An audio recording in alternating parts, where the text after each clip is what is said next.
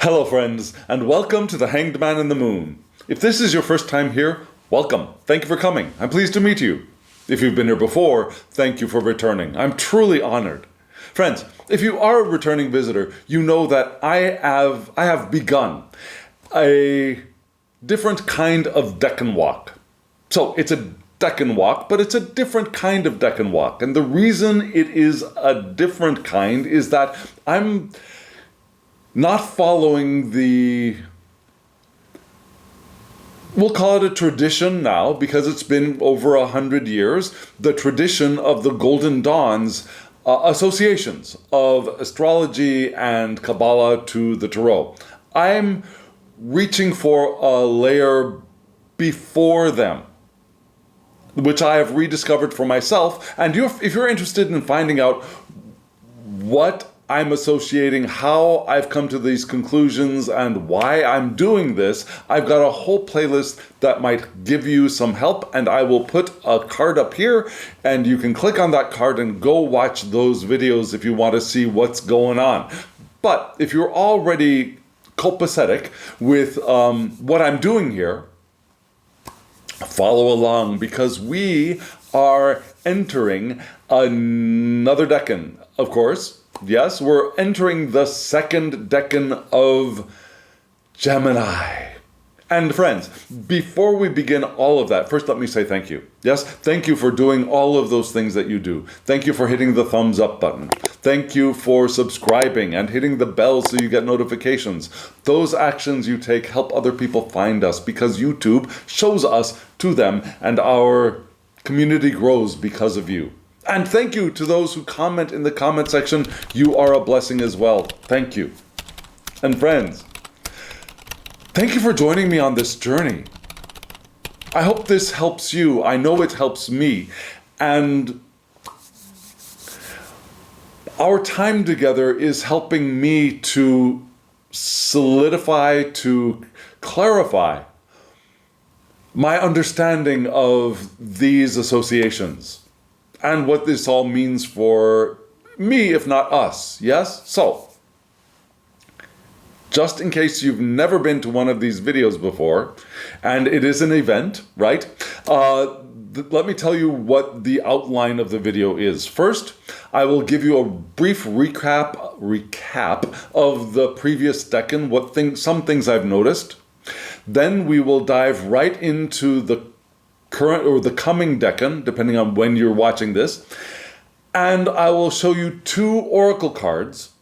One from the Oracle of the Radiant Sun, because the author of that oracle deck gives a really nice, tight, concise explanation of the ideas that are immersed in each one of the Decans.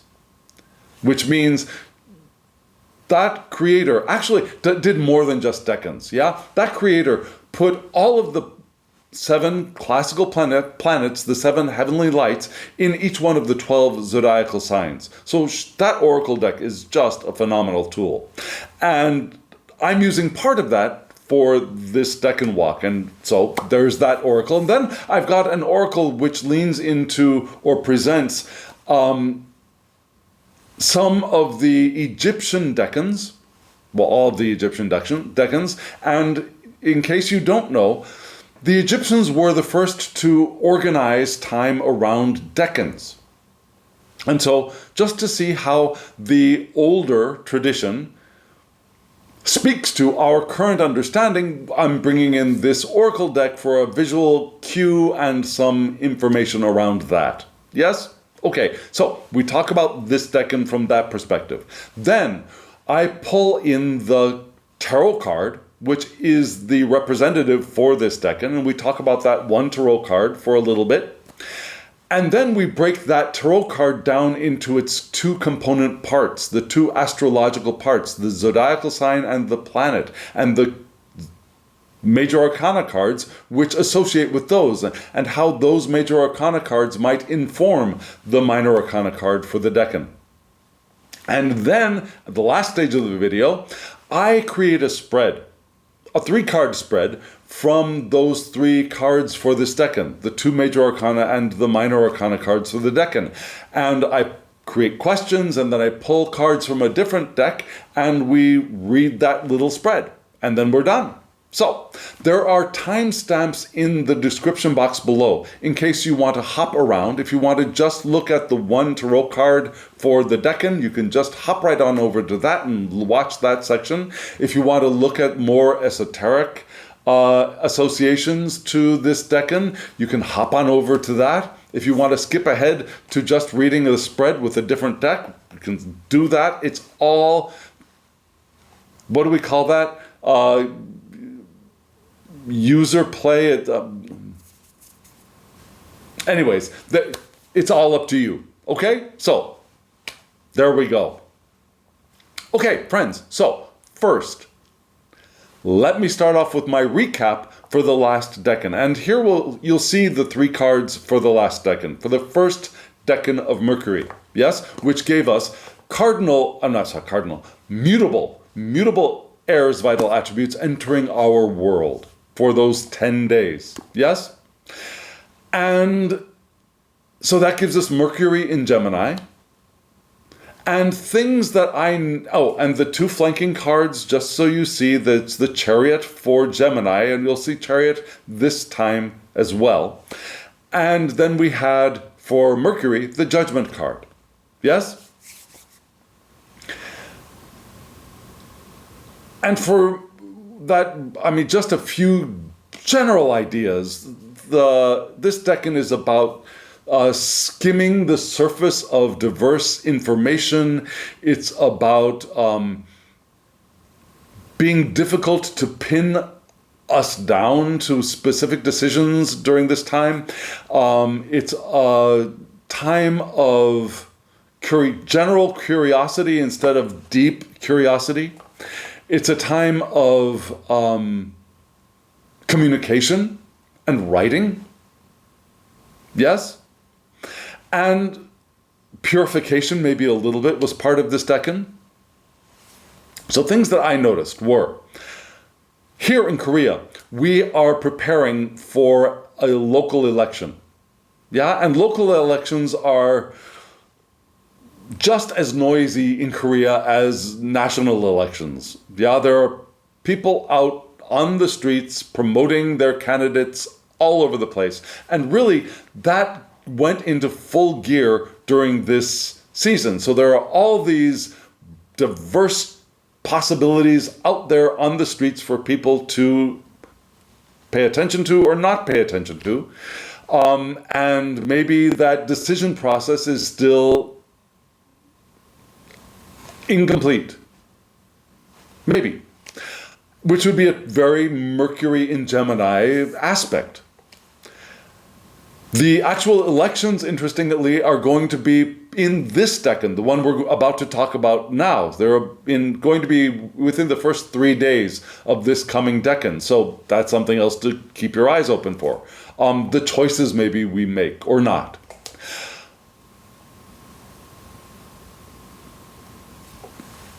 I've also noticed, for me personally, it's taken other people for me to really focus my attention and think deeply about any topic. I'm able to do it. We mentioned that in the previous video, being able to go deep. We have the capacity to dive deep and think deeply, but our tendency and our desire is not to do that. So, for me to go deep and think deeply, I've needed to have other people kind of almost forcing me to do that. So I did it. In fact, I did that as best I could last night, but it really took some people to say, what does this mean? What are you saying? What is this information? Can you clarify? Yeah? I've been enjoying watching other people's videos on their favorite decks a lot recently, not to purchase. It's not that Torin, I want to buy stuff concept or feel, but rather the curiosity. What are other people playing with? And oh, I've got that too. Or oh, I don't have that, but that's not really, I've got something similar to that. And so I see how you look at that deck, and this is how I think of this deck. And well, isn't that interesting? Do you understand the difference? I'm not searching for things to buy or things for comfort purchases. I'm just curious, right? I've enjoyed watching other people's, yes. I've also felt lighter than I have during the Tauran season. Well, it's not a season, the Tauran time. Yeah, the Tauran zodiacal part of the year. I felt lighter. Which is interesting. I don't know if I've said this to you yet or not, but I have 2 planets in Gemini. I'm not talking houses here. I'm just talking zodiacal signs, placements. And those 2 planets are Venus and Mercury. The couple is in Gemini. And we've got the male-female twin there in Gemini for me. So that's an interesting thing. My Mercury is not here. My Mercury is in... What's the one that starts with a V? It's Virgo. Yeah, my Mercury is in Virgo. So when we get there, that'll be interesting. Yeah, because Mercury is also the ruler of Virgo. So stay tuned for that. So yeah, that's what this decan has been for me. How has it been for you? Let us know in the comments below. Or on the community tab, you can upload pictures, you can upload comments there as well. Yes? It's all open for you. This decan. Okay, so, friends, we're about to look at this decan, and first we will look at the oracle card from the Oracle of the Radiant Sun. Are you all ready? Here it is.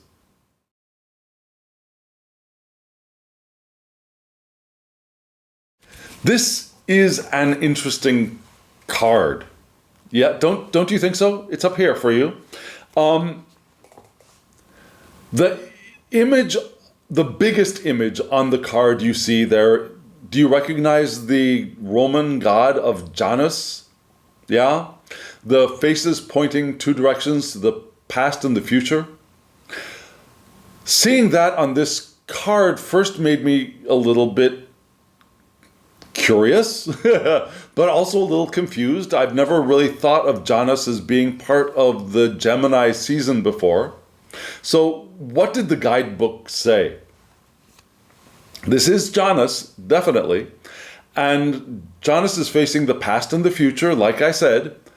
And here Janus symbolizes the Gemini quality of talking to one person while listening to another's conversation. That's what she sees when she sees this image. I thought, okay, sure, why not? The spreading plant suggests multiplicity. And you can see the couple in the small circle right between the 2 heads of Janus there. And it's hard to tell if they are male or female, both female, one of one of the other. I have no idea. The book actually didn't mention those 2. But maybe that's the conversation that Janus is listening to on the one hand while speaking to somebody else on the other. I don't know. The plant is suggesting multiplicity, according to the creator of this deck. And you can see at the bottom we have Venus and Gemini. Yeah, Venus in Gemini, and the key word is flattery. Yeah, speaking prettily to make other people feel good. Flattery, right? So, this decan, according to this author, reminds us that we might have a need for a variety in our romance. Yes? And that could be a variety of different romantic interests or variety within one romantic relationship. So if we are with one person, we might need to be, that other person might need to be a little more changeable to give us that variety that we're seeking. And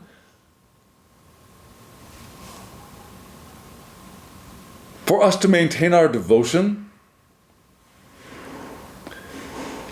conversation will need to flow freely, right? Communication between partners is going to be important for us.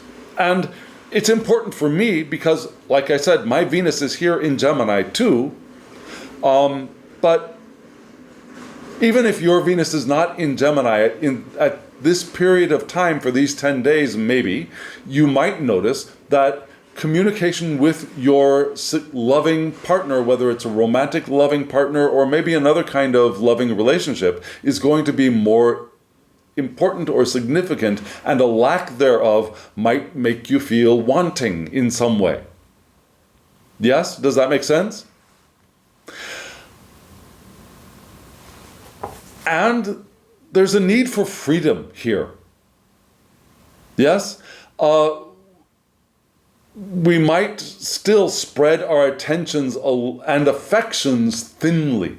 Just like we were spreading our attention and our interests thinly in the previous decan, here our affections might be spread a little bit thinly over surfaces. Yes?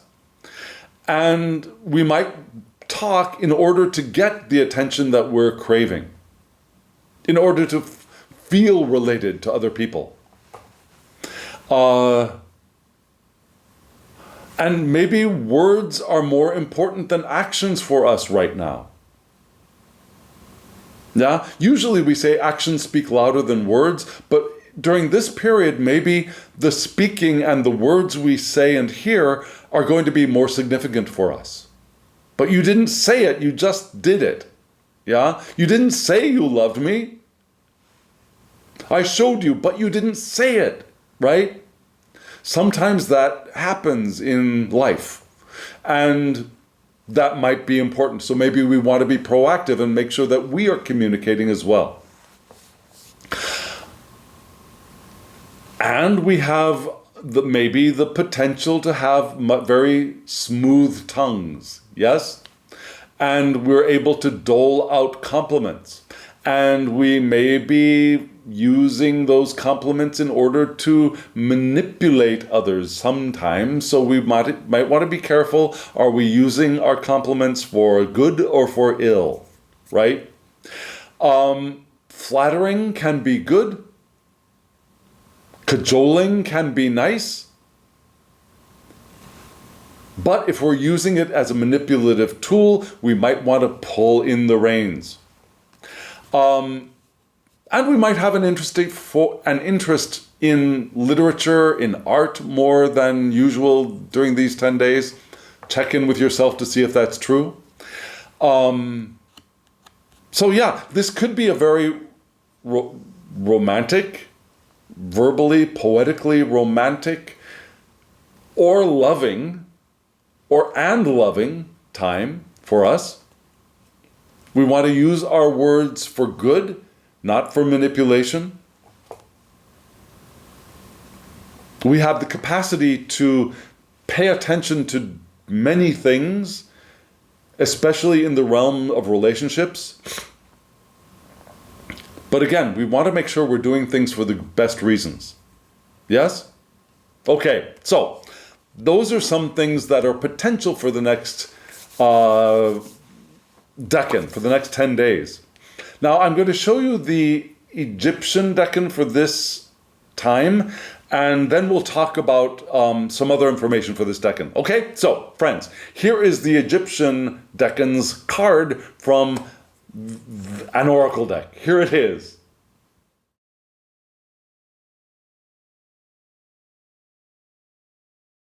Friends, here is that oracle card. Now, just to let you know, or maybe to remind you, all of the decks I'm using during this period, the Gemini period, are all available. They're in print, and there will be links in the description box below if you want to get any of them. I don't get any money. I don't have any affiliate links. They're just links for you to give you some assistance. You can probably also find them at other booksellers if you want. Yes? I'm just giving you some possible easy choices. Yeah? So they're all down there. And here's the Egyptian decan oracle card for this time, and it is called Sa. And I don't know if you can see under the name Sa, we have a description, father of the gods. Do you see that? So Sa is the father of the gods. And the subtitle for this decan is protection from all dangers. Yeah, so protections from dangers in whatever current situation we find ourselves in. So we will hopefully be, and apparently shall be, safe during these 10 days. That doesn't mean that this card is telling you to go out and seek dangers, but rather, if it feels like you're suddenly in a situation that doesn't feel as safe for you emotionally, mentally, maybe even spiritually, if it's physical danger, maybe get yourself out of there, whether you feel like you've got protection or not. But still, we got maybe some protection here. And we see the image of the human there holding a deer or an elk and a rabbit. Do you see that? In front of a lion. So they are protecting these smaller creatures from the lion, I think is the idea. And the dog perhaps is also helping to protect against the lion. I think that's what I think that's what the understanding is. And frankly, the guidebook for this decan is a little bit scant on other information. So we have that for this decan, which is good.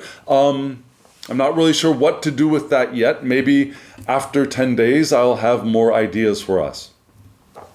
Now, I also like to read from this book, which gives a nice little excerpt of the decan for us. And then I'll look at a need for this decan from a different text. And both of these texts are also in the description box below. So, from this book, the authors of this book, decanates and duads, they say, okay, here we go. Okay, so the grace of Venus combined with the intelligence of Mercury can give them charm and the ability to win others over to their point of view. So remember that idea of charm and getting people to feel good with us and therefore winning their minds and their hearts. They're willing to impartially examine and consider the ideas of others and, within the limits of their ability, to try to understand both sides of an issue. Why? Because Venus, remember, is in the element of air, Venus is the ruler of Libra, which brings in that idea of balance, right? So this decan is keyed to Libra. Yes. These natives have a strong need for intellectual companionship. Yeah, so our mind, we want to have a mind partner for ourselves. And we are curious about the thoughts and ideas of others. We want to know what other people are thinking. Their weakness is that they can be swayed and influenced by whomever they are with at the moment, and may gain a reputation of being inconsistent. Yes? So, whereas the first decan, we might have the negative reputation for never being able to make a choice, in this decan, we maybe make a choice that makes because we think it will make other people happy, but then we're around somebody else and we say, oh, well, I'll make this choice instead because that will make this person happy, right? So we might find ourselves being called inconsistent because we're trying to people please. Does that make sense? So that's something we might want to be careful of. I'm sorry, my bookmark post-it just fell out. Okay, so now from the other book, just called Decanates, by Bernice Gebner, she gives us needs for each one of the decanates, or the decans. And the need for this decan is to make decisions and stick to them, to express affection in partnership, and to develop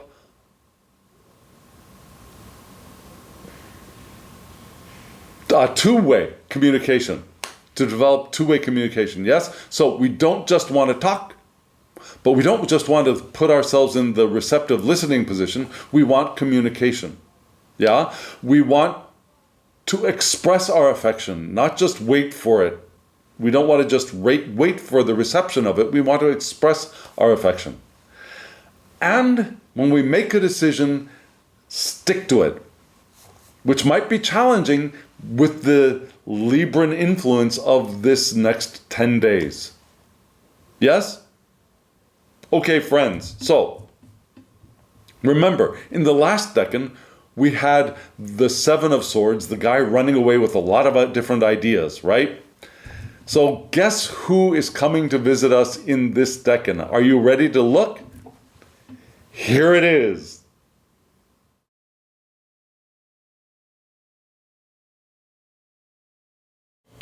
Friends, here she is, yes?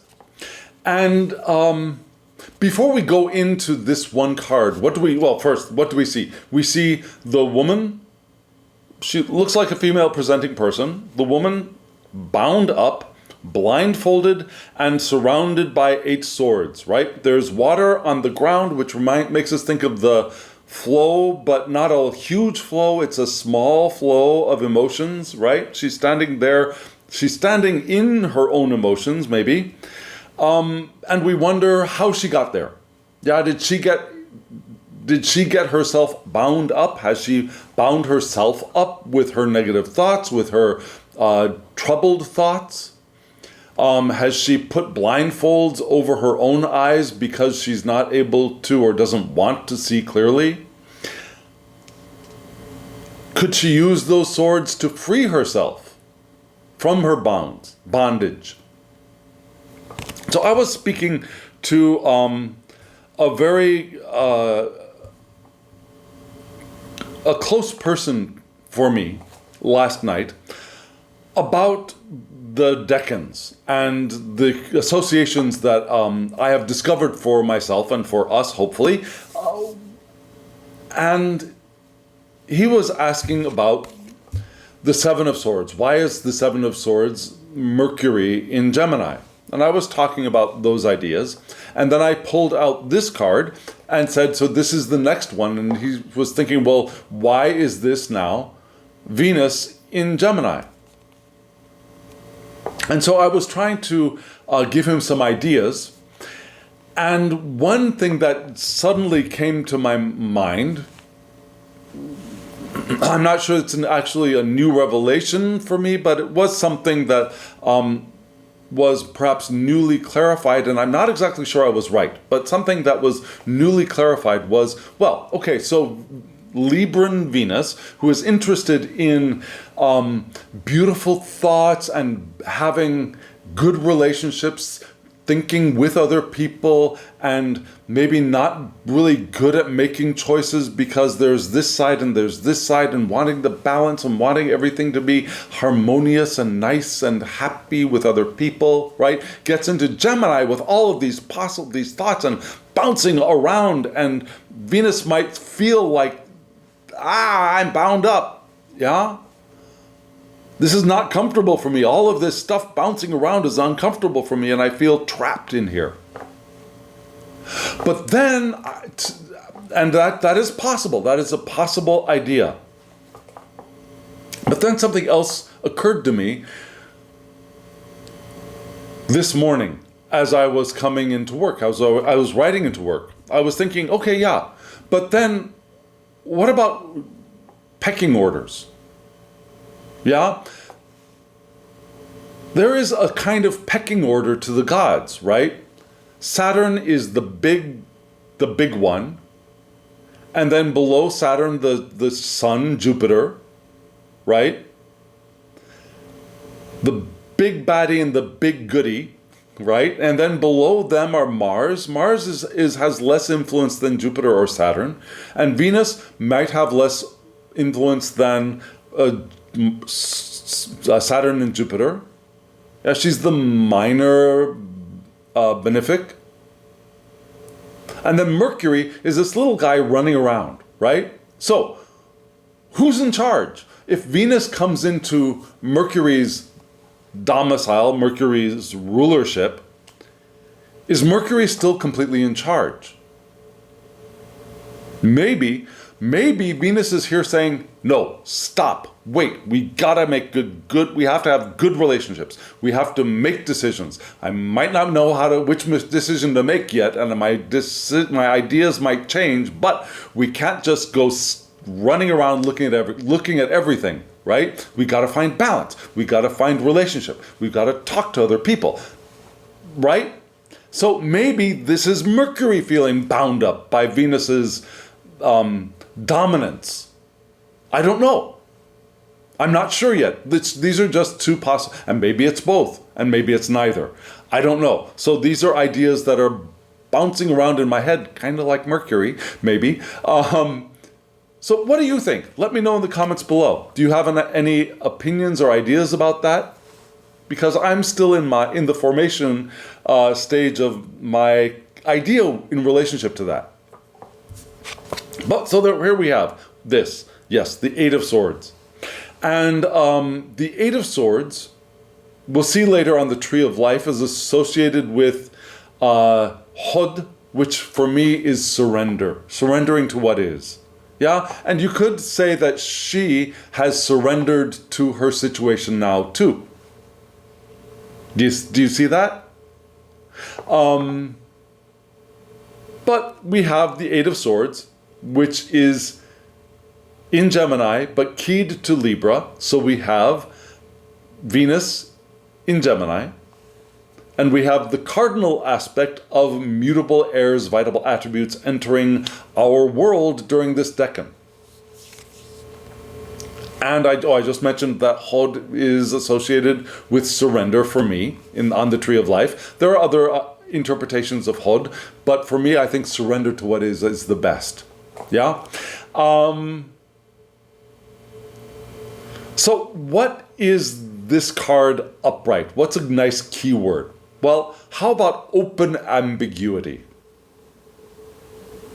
Instead of looking at everything, we're open to receiving information, but we haven't completely been able to tie ourselves down to a choice, right? There's an ambiguity here. The card with Venus points to things like diplomacy, charm, being persuasive. We can consider other people's ideas, and we can be impartial.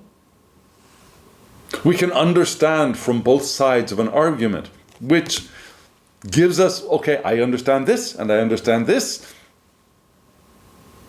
So what? So other people say, so? And you say, well, yes. And they say, choose. You say, ah. They're good points to both sides, right? It's that feeling here, which could make us feel bound up as well. We can be faithful. We can be faithful, but mentally indecisive. Yeah, because we can see both sides to every argument. And we want to know what other people think, because it's that mind in relationship with this decan. We can be swayed. We can be swayed by whoever we are with in the moment. And when I think of that, I immediately think of the current president of the United States, because he's been accused of that frequently. How does this president make the decision? It's by whoever was the last one in the room, right? So, I'm not saying that I'm excusing that president's behavior because of this quality of his, but still, it does remind me of people who said that about him. What else? There's a dislike for routine work. Yeah, we like variety here. And when the card is upright, I am tempted to ask a question similar to, what deliberate mental effort is required? Yeah, what deliberate mental effort is required? What do I need to focus on? What do I need to work at or towards? What do I need to express more clearly? Now, because this is the second decan of Gemini, we have Mercury in its complement, which is, believe it or not, Pisces, which could give you Mercury also feeling like there's no footing, right? Which could give you that bound up feeling as well. So we have things like awareness of ambiguity, thoughts influenced by emotions or by symbol. Now, this symbol is very important for Pisceans, right? So our thoughts are influenced by the symbolic content that we see in our experience. And we can see that there are multiple interpretations possible, and those multiple interpretations can coexist for us here in this time. And our minds are very permeable, for good and for perhaps discomfort, for maybe ill, yeah? Which makes, if our minds are very permeable, our ability to make a clear decision is weakened, right? Which may make us feel bound up from outside influences saying that we've got to make a decision, which might give us that feeling of this Eight of Swords person. Does that make sense? Have you felt like that before? Yeah, well, write out your list of pros and cons. Well, write the list, and there are a lot of pros and there are a lot of cons to both ideas, and so just yes to both, yeah, or no to both. This could be a challenging time for us with our interactions with other people, but it could also be a beautiful time for us with our interactions with other people. We could, if we're allowed, if we nudge ourselves towards communicating affection and praise to other people with good intent, not manipulative intent, but with good intent, we could feel very satisfied during this time. Yes, and we can get other people to maybe see the different sides to possibilities. Maybe, because they're also influenced by Venus in Gemini as well. So let's see how this works out for us, yes? Now, friends, we're about to dive into the two major arcana cards. Yeah, so let me show you those three cards together, and I will then show you those cards and the Tree of Life associations. Are you all ready, friends? Here we go.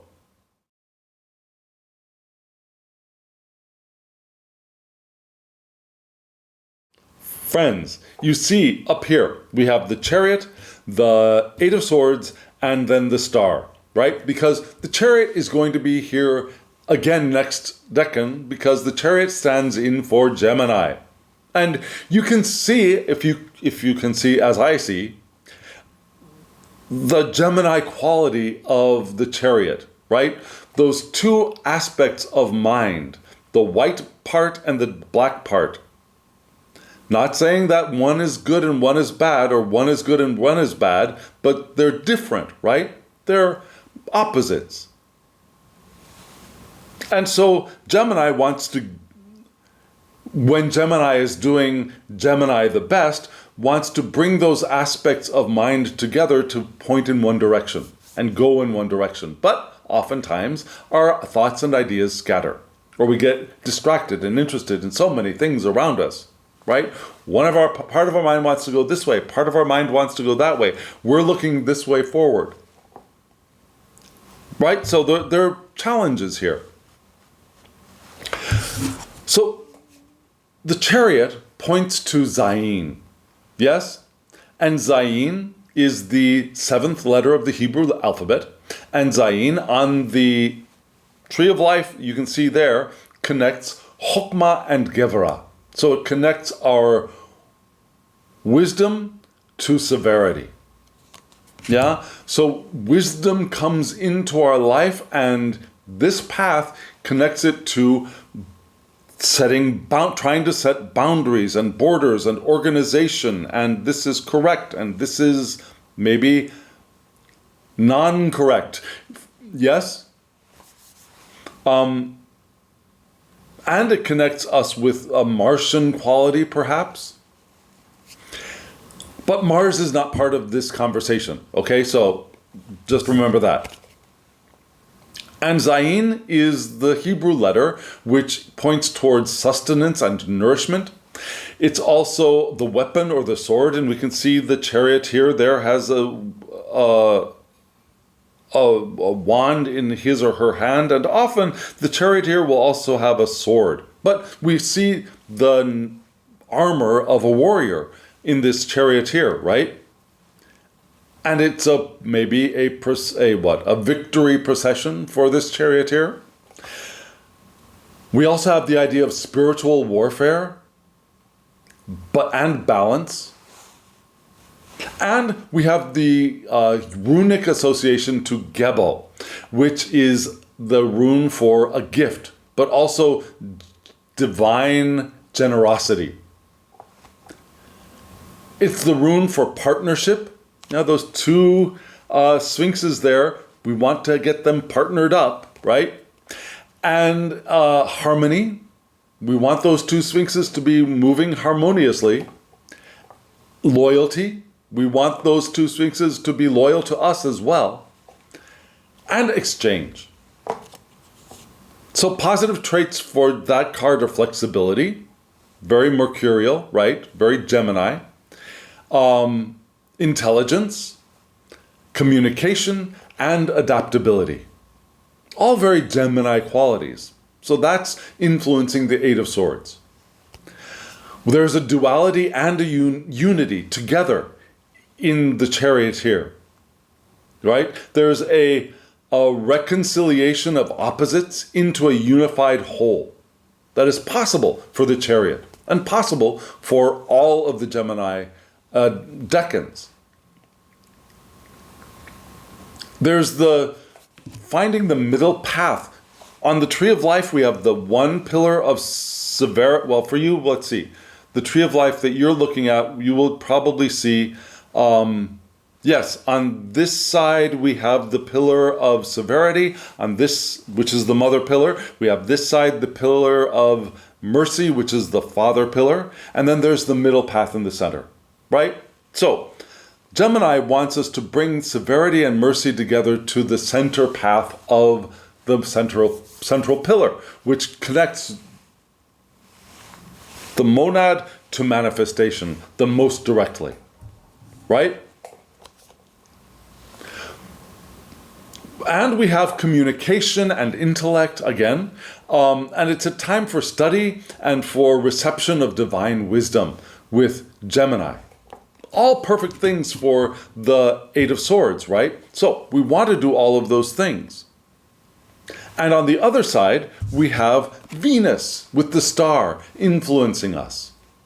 And what is Venus? Venus is connected to two things, right? Because the star card is card number 17, right? It's 17.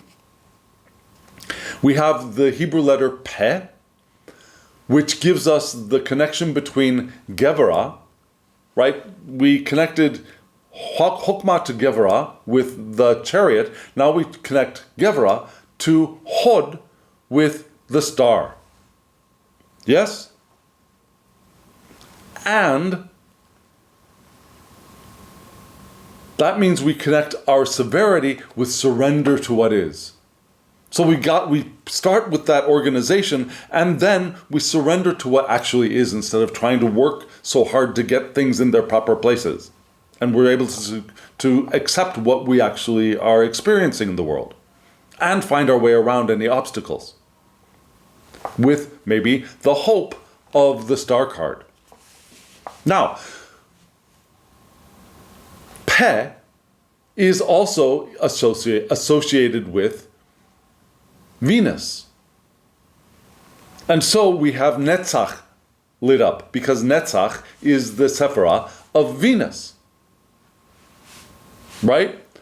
So, which is victory. But Venus is also what? Venus is the morning star and the evening star. The star. Right? Doesn't that make sense? And traditionally, the Hebrew letter Peh points to the mouth for speech, communication. We still have that here in the Eight of Swords. And so Mercury is communicative, but Peh is also communicative. Right? It's expressing things. And we have the rune Tiwaz, which points to Tyr, yeah? Sacrifices the hand. Tyr was the god who sacrificed his hand to a wild wolf so that the other gods could bind this wild wolf up and not kill them. Yeah, so the god Tyr sacrificed part of himself for the safety of others. So there's that sacrifice here. There's also justice and authority and self-sacrifice for success here in the star card. And for Hebrew astrology, the morning star is brightness, it's radiance, and the feminine attributes of the divine. It's deep feelings and sentiments as well. It's beauty, it's favor, and charming speech. We had those things indicated in the Eight of Swords, remember? And there's a propensity for passion and maybe a little promiscuity. Remember we were talking about the desire for diversity in romance? Well, that could go into a very different way. Instead of having a monogamous desire, a panamorous desire, right? A little promiscuity. And again, morning star. Now, there's the idea of the feminine aspect of the divine with Venus, which reminds me of the Shekinah. But there's also the morning star of Lucifer, the light bearer. Right? So before the fall, the bearer of the shining light of the divine.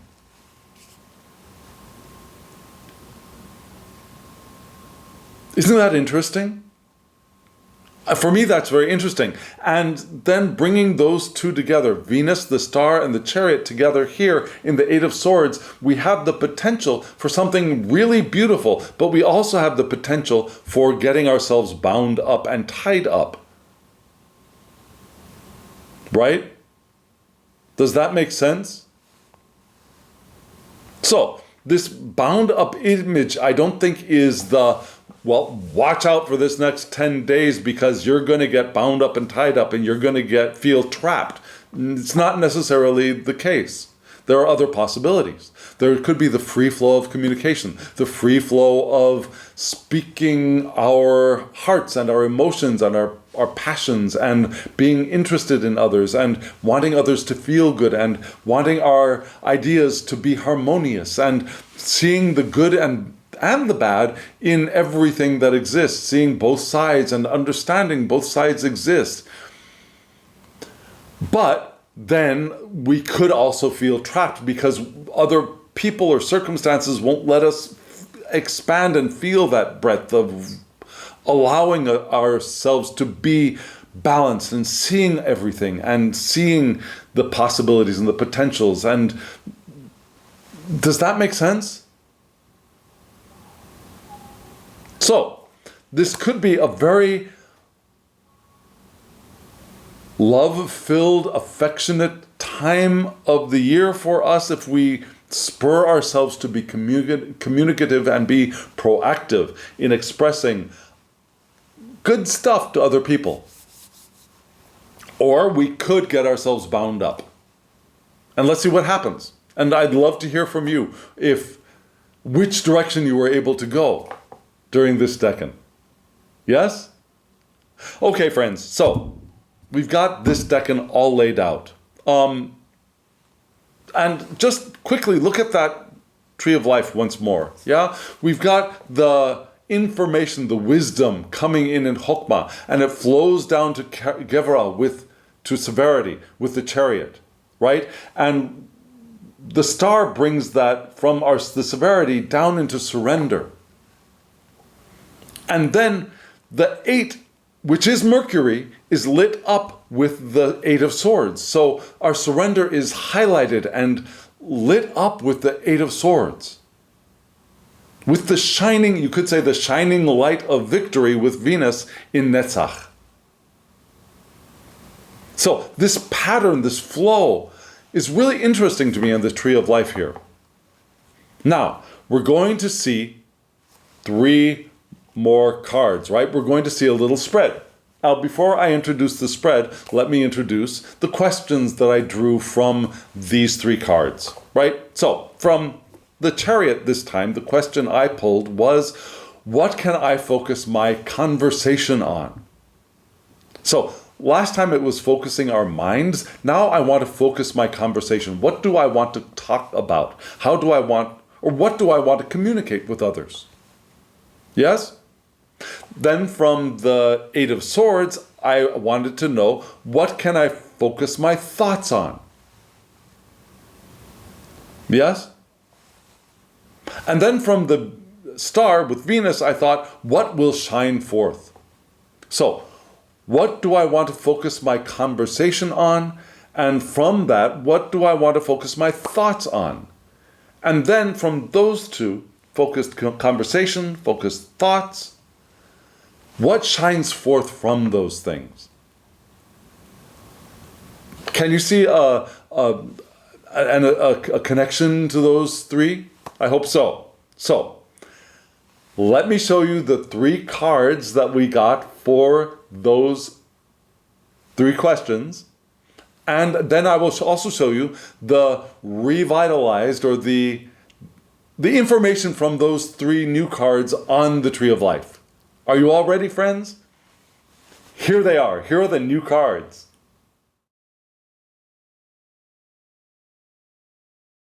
Friends, here are the 3 cards from the Tarot of the Sidhe. Yes, it's a Fey deck. It's not old, but still, it's been around for a while, and it's still available, and there's a link in the description box, as I mentioned before. But if you get this deck, or you have the deck and yours looks different from mine, just know that I have trimmed mine. I've trimmed the side borders off of my cards, which I am very happy about, and I feel very proud of myself for having done that a few years ago.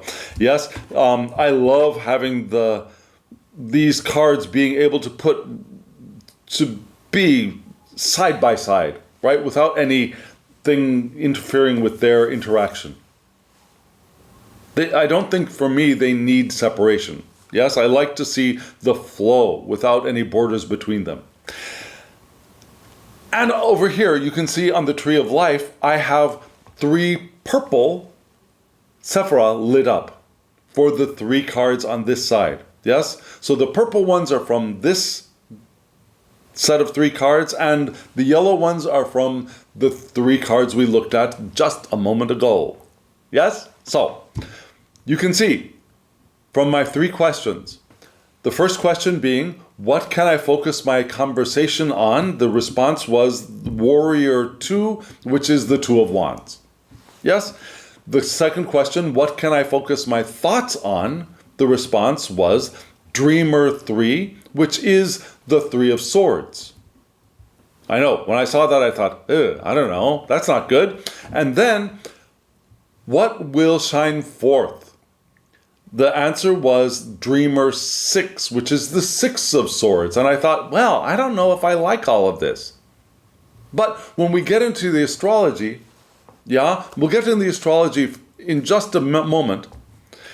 First, I'd like to talk about the cards themselves and what the creator thinks about these cards and what that tells us about the answers to those questions that we posed. Yes?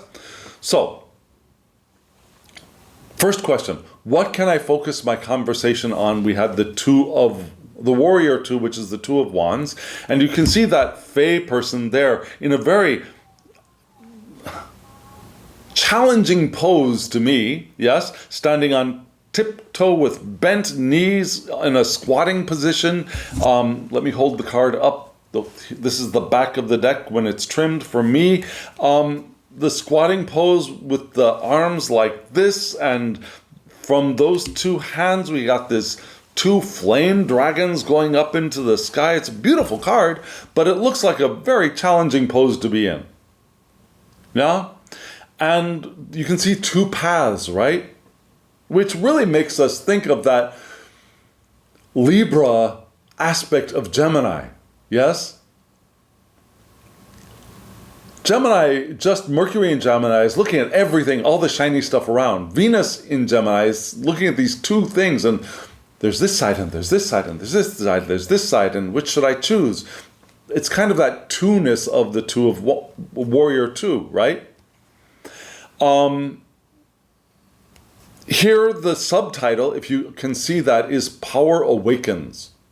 So, what do I focus my conversation on? I focus my conversation on maybe the possibilities, maybe the awakening of our power. And it's interesting that it's a fire element in an air aspect, an air time of the year.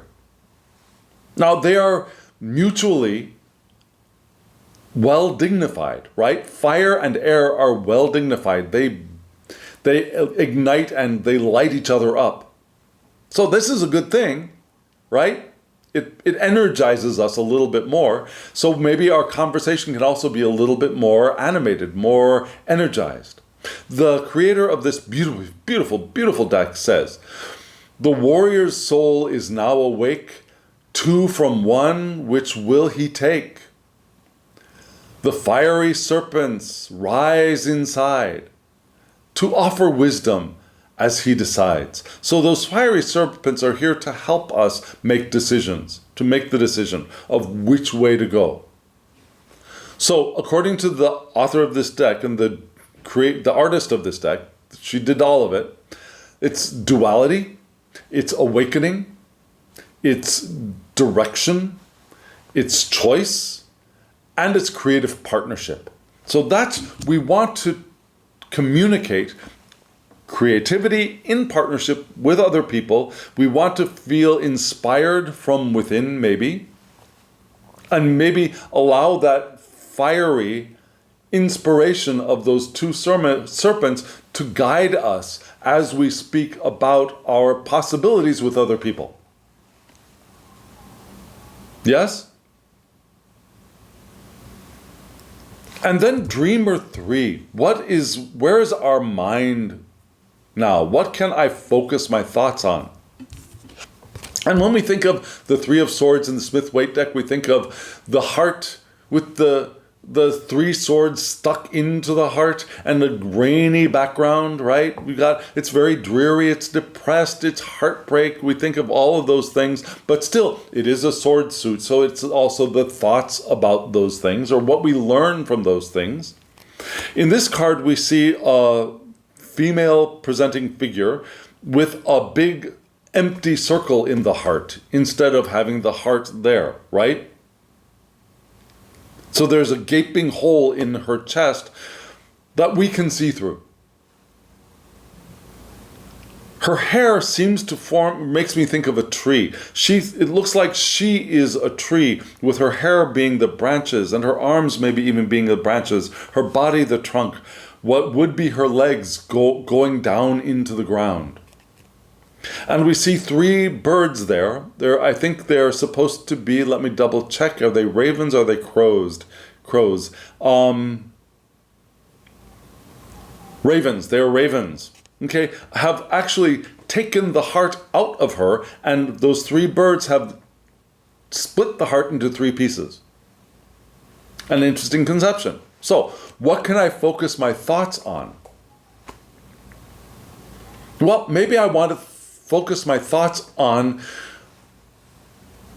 my heart, which sounds good for Venus here being in Gemini, right? I want to focus on my emotional state. And maybe what I have learned from my heart being torn asunder in the past. Let's look at what the Creator says. Now, the Creator has a short poem for all of these cards. The heart of dream is torn in three, leaving a hole where the whole should be. Leaving a hole, like the empty space, where the whole, the entirety, should be. The blessed ravens feast on sorrow, that the light may bring a fairer tomorrow. So the ravens are here eating up the pain of the past and giving us the possibility of lightness coming. Does that make sense? So, the Creator of this card still points to things like sorrow and heartbreak and bitterness and mental anguish, but also release, maybe a release of those things, maybe what we can learn from those things, maybe we pay attention to the space and the openness of the heart area that can exist after we have moved on from heartbreak or pain and suffering. Yes, the suffering of the world, if we can release it and allow it to be consumed by those blessed ravens, maybe we can give our attention to the open space in our heart. Does that make sense? And then we go on to the Six of Swords, right? The Dreamer Six. And we see a large being holding a small boat with a couple of birds. Is it two birds? I think I see two birds in that little boat. Yeah? On their hand with the bright shining sun in the background. A very beautiful image. The being is blowing the wind. We don't actually see the boat in the water. The boat is on the hand, right? And still, the being is blowing the wind into the sail. And we can see one sword pointing up in the middle of the sail. Do you see that? The sail on top, above the ship, and that sword pointing up? We only see one sword in this card. So, what will shine forth? What will shine forth is our ability to move forward. For our thoughts and communication to carry us forward in the world towards that sunny potential, not distant, not necessarily distant future indicated in the Three of Swords. Does that make sense? Now, what does the guidebook say? The guidebook says, heed now, dreamer, a higher quest.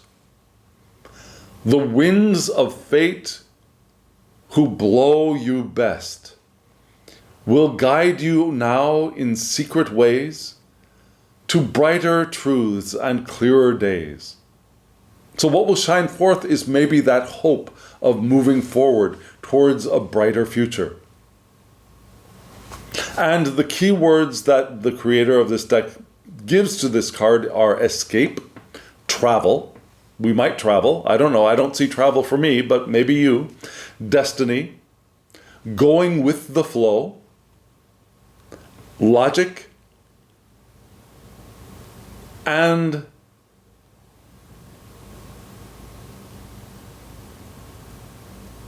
maybe distrust. Now, those are all interesting things, right? But let's also look at the Tree of Life and those more esoteric aspects of these cards, right? So when we go back to what can we focus our conversation on, we have the Two of Wands, which points towards the second decan of Aries, keyed to Leo. So we have the fixed aspect of cardinal fire's vital attributes entering our spread through the question, what can I focus my conversation on? So what can we focus our conversation on? Twos are wisdom again, right? Remember when we had wisdom connected to severity with the Chariot? Now wisdom itself is highlighted here. So we focus on wisdom maybe. And here we can finish what we have begun. And that's what we want to focus our conversation on, moving towards, or moving in the direction of completions. Right? There's an intensity here. A noble affection. Organized capacities. Leadership talents. We can talk as maybe leaders in our area. We have strong willpower. We might be self-centered. We might be authoritative. We might want to might want to avoid that and avoid egotism. Our desire to be recognized and to have prestige. Avoid those things, but be organized and also be able to step up and take the lead when we have the capacity to. A question I might ask in response to the question of what can I focus my conversation on is, how should I direct my will in relation to this? So, how will I direct my will in relation to my communications? Something to consider. And here we have the sun in Aries, so the sun is exalted in Aries, right? The sun is here being praised and lauded here in the domain, in the rulership of Aries. So, there's a choosing of a direction here. And there's a... Remember how we were praising others, complimenting others, flattering others? We also might want to allow others to praise and flatter us here too. That's another thing to keep our attention on. It's organizing. We have the capacity to organize what we're doing. We have a very strong willpower. We can communicate that. We can communicate our intensity. We communicate our noble intents. And we allow others to praise us as we also flatter them. And we, with our words and our perspective, we lift them up as well. Yes? And so now we've got the Three of Swords, right? And threes light up Bina, right? Bina, which is understanding, right? So what can I focus my thoughts on? One thing is understanding.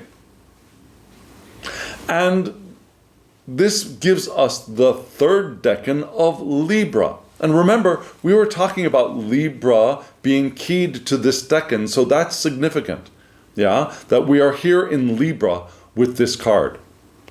And this gives us Mercury in Libra. This is the... No, I'm sorry, what am I saying? I'm sorry, I just misspoke. So, this is the third decan of Libra, which brings us to... No, I was right, yes. It brings us to the Gemini. Yeah?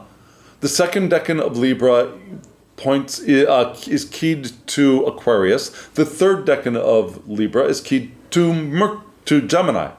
Right? So we have now Mercury in Venus's rulership of Libra. We had Venus in Mercury's rulership. Now we have Mercury in Venus's rulership, which makes Mercury perhaps even more unhappy and more bound up by Libra saying, no, stop running around, pay attention. Right? So we have the mutable aspect of cardinal fire here. And the mutable aspect says, let's clean up and let's get going. And the cardinal aspect says, yes, let's get going, but let's focus on the direction. Yeah? There are two choices and they both look good. And Mercury is saying, what do you mean two choices? What are you saying? So here in the upright position, the threes give us an empathetic clarity. And maybe we can see that open space in the heart as that empathetic clarity for the the dreamer 3. And it's the ability to write well and have broad fields of topics from business to the arts that we can have interest in. We can also be good teachers here. But we're teachers from our own experience, I think. And we're adaptable to many social situations. We have compassion for more people, perhaps because we have learned from our own experience.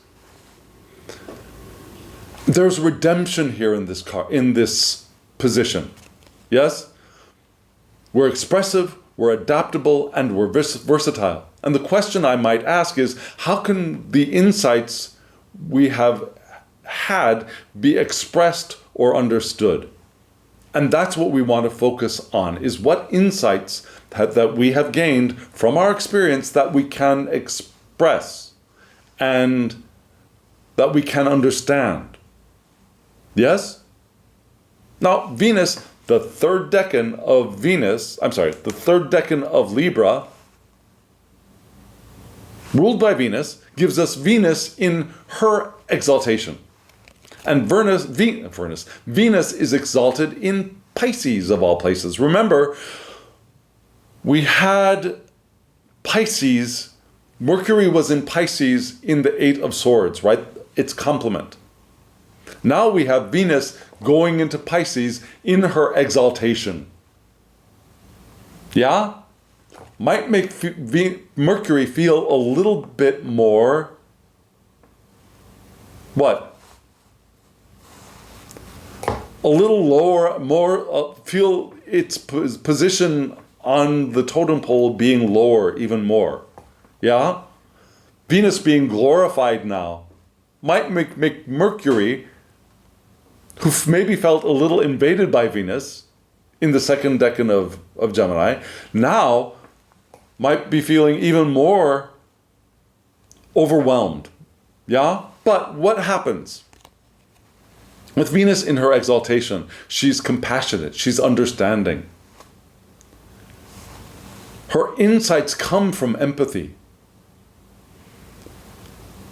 She has emotional intelligence, and she can apply that emotional intelligence to her thoughts and to communication. So we want to apply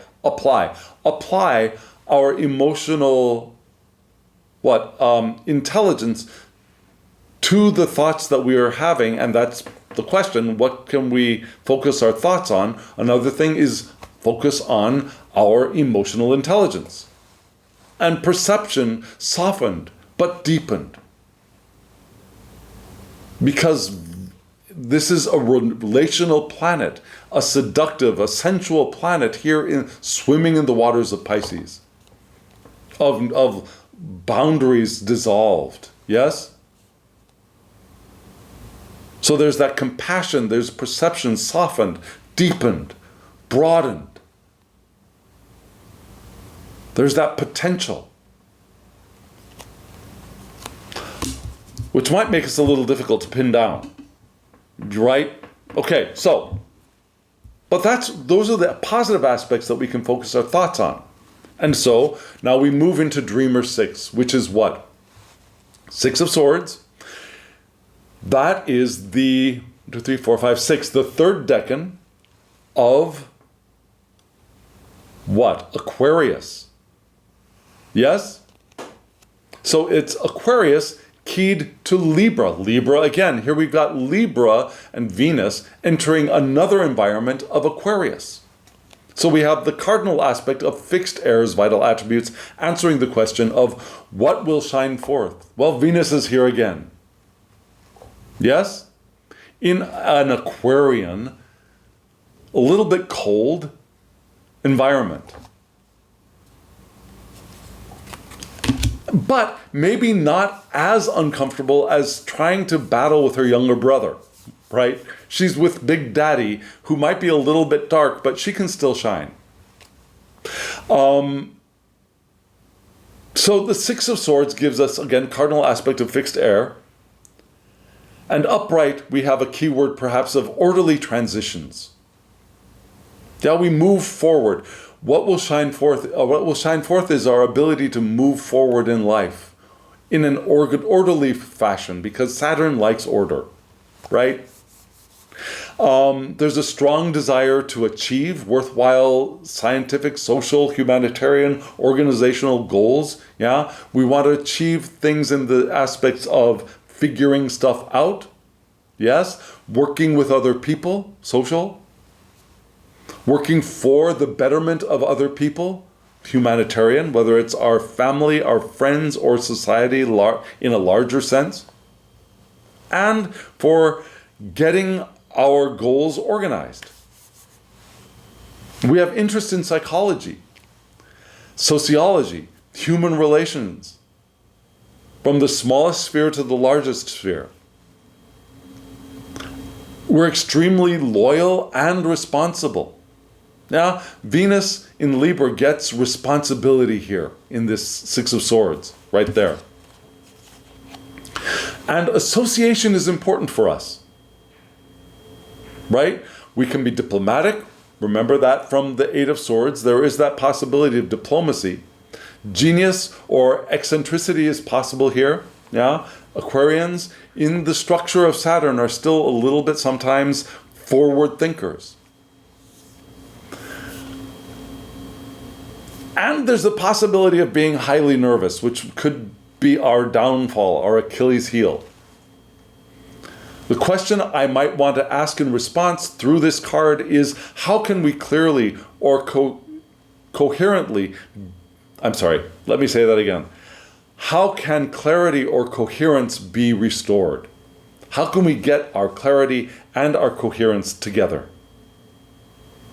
And answering that question will give us what is going to shine forth. Now, remember how we had Venus in her exaltation in the Three of Swords? Here we've got Saturn in his exaltation in the Six of Swords. Which is what? Saturn is exalted in Libra. Another Libra aspect coming into this time of year. So Saturn is exalted, it's praised, it's yay Saturn in Libra, right? So order is restored through balance. That can shine forth. Our thoughts are reorganized. Structure is important, and our transitions are structured here. Our mental resolution comes through fairness, from working fairly with other people. Yeah? So our working with other people, our interactions are fair and structured and organized and balanced and moving forward. Right? So that's a wonderful thing to shine forth at this time of these 10 days. And so maybe we can focus on those things, yeah? Focus on how we are talking with other people.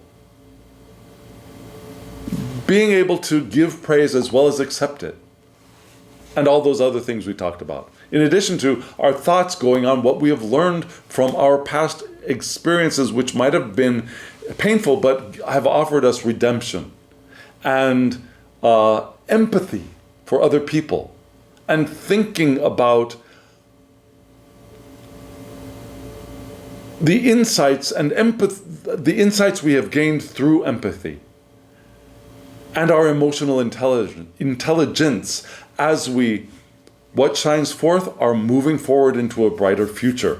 Yeah, with structured, reorganized thoughts and mental resolution, in fairness with other people, and our interest in other people and working with other people and psychology and helping other people and making sure they feel good. Saturn can do that in its Aquarian attributes. Yes?